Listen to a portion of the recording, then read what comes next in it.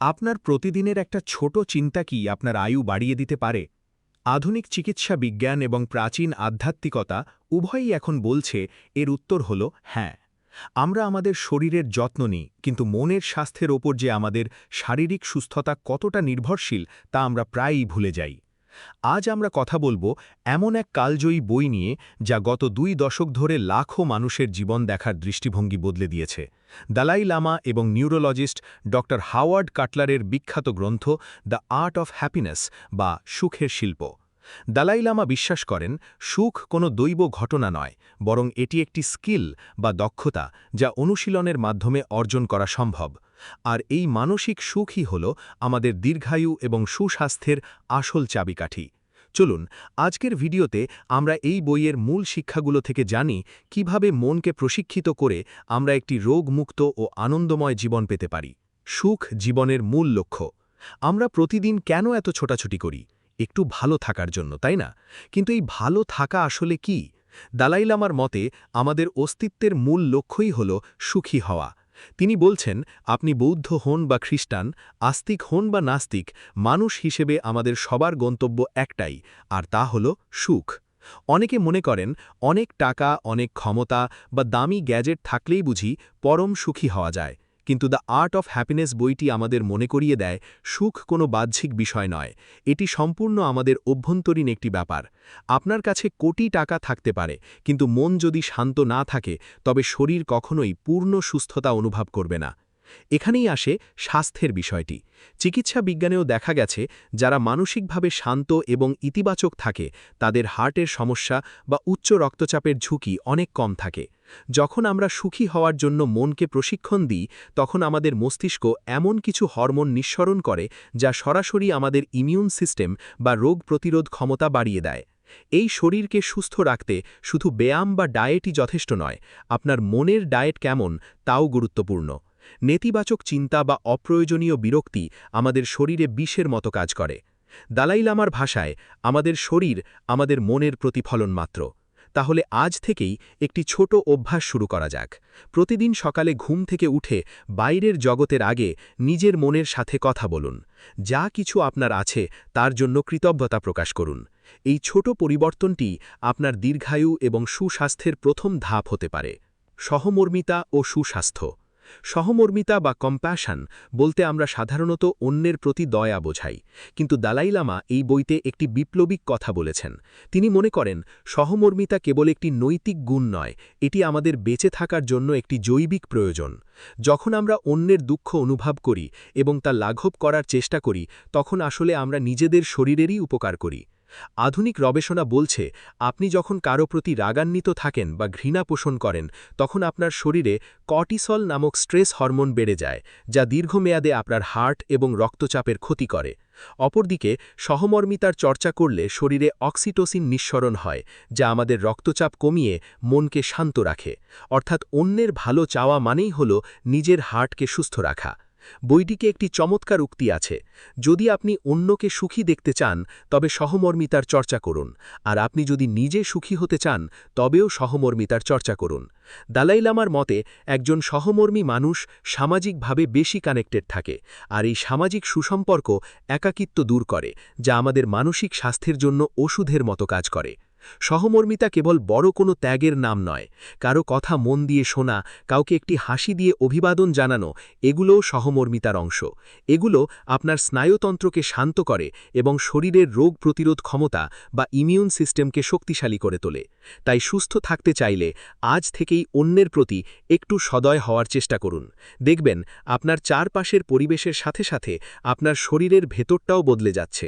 আপনি অনুভব করবেন এক অদ্ভুত হালকা প্রশান্তি। নেতিবাচক আবেগ জয় করা।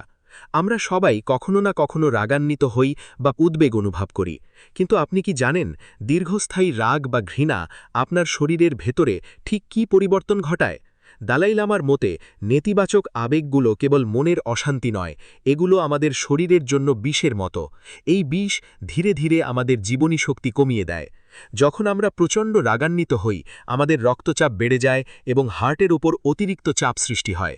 দালাই লামা এবং ডক্টর কাটলার এই বইতে দেখিয়েছেন যে যারা নিয়মিত বিরক্তি বা ঈর্ষার মধ্যে থাকেন তাদের হার্ট অ্যাটাকের ঝুঁকি অন্যদের চেয়ে অনেক বেশি। অর্থাৎ আপনার মন যদি শান্ত না থাকে তবে দামি ওষুধ বা পুষ্টিকর খাবারও আপনার শরীরকে পূর্ণ সুস্থতা দিতে পারবে না। তাহলে উপায় কি? দালাই লামা একটি চমৎকার কৌশলের কথা বলেছেন। তিনি একে বলেন মানসিক বিশ্লেষণ। যখনই আপনি রাগ বা উদ্বেগের শিকার হবেন নিজেকে প্রশ্ন করুন, এই আবেগ কি আমার সমস্যার সমাধান দিচ্ছে? যদি উত্তর না হয় তবে একে পুষে রাখা মানেই নিজের ক্ষতি করা। তিনি শিখিয়েছেন ধৈর্য এবং সহনশীলতা মানে দুর্বলতা নয়, বরং এটি নিজের স্বাস্থ্য রক্ষার একটি শক্তিশালী অস্ত্র। বইটিতে বলা হয়েছে রাগ সরাসরি আমাদের বিচার বুদ্ধি কেড়ে নেয়, তাই যে কোনো প্রতিকূল পরিস্থিতিতে তাৎক্ষণিক প্রতিক্রিয়া না দেখিয়ে কয়েক সেকেন্ড সময় নিন। আপনার এই ছোট্ট একটি বিরতি আপনার রক্তচাপ নিয়ন্ত্রণ করতে এবং মস্তিষ্কের স্নায়ুগুলোকে শান্ত করতে সাহায্য করবে। মনে রাখবেন, বাইরের পৃথিবী সবসময় আপনার নিয়ন্ত্রণে থাকবে না, কিন্তু আপনার প্রতিক্রিয়া আপনার নিয়ন্ত্রণে।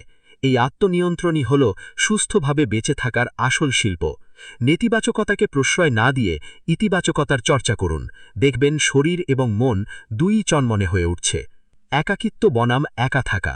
আমরা ভিড়ের মাঝেও একাকিত্ব অনুভব করতে পারি, আবার একা থেকেও পরম সুখে থাকতে পারি।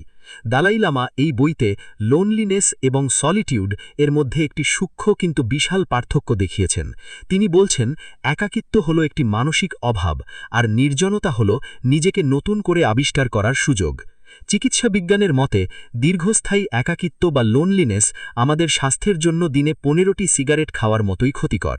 এটি হার্টের অসুখ এবং অকাল বার্ধক্যের ঝুঁকি বাড়ায়। কিন্তু যখন আপনি স্বেচ্ছায় নিজের সাথে সময় কাটান বা সলিটিউড উপভোগ করেন তখন আপনার মস্তিষ্ক বিশ্রাম পায়। এটি আপনার ক্রিয়েটিভিটি বাড়াতে এবং স্ট্রেস কমাতে জাদুর মতো কাজ করে।